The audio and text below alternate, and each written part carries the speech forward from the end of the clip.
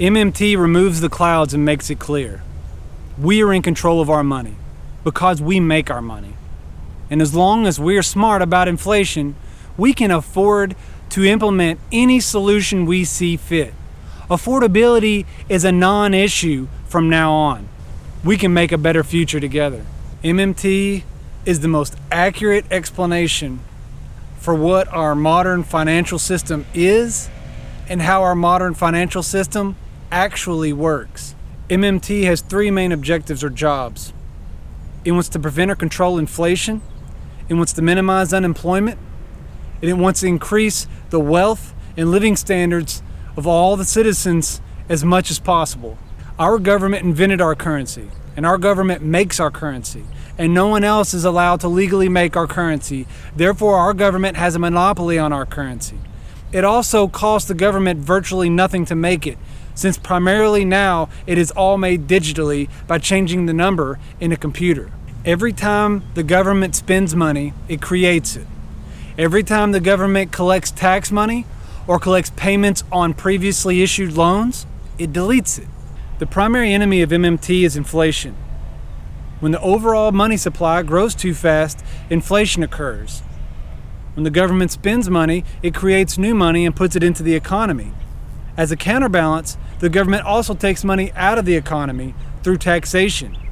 This also creates buy-in for our system because everyone has to pay taxes.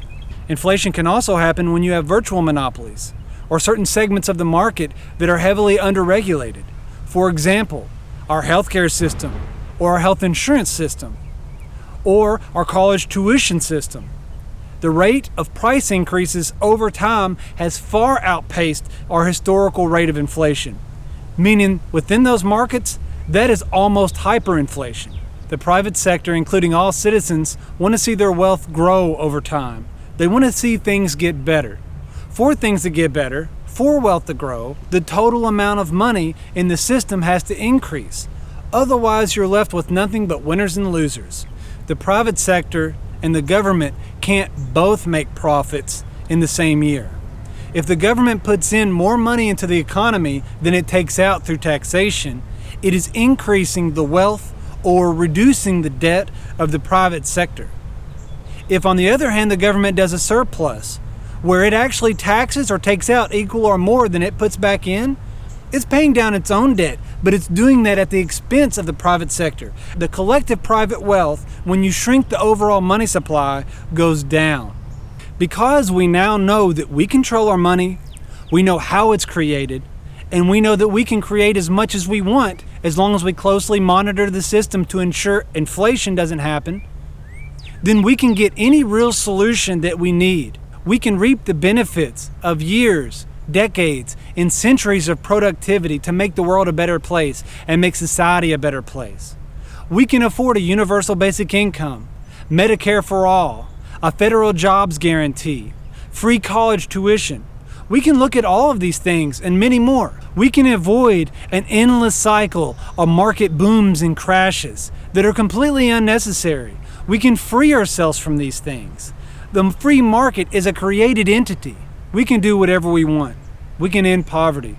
We can make more time for ourselves, work fewer hours, have more time to exercise, eat healthy, go to the park, spend times with our kids and grandparents. But above all, we are in control.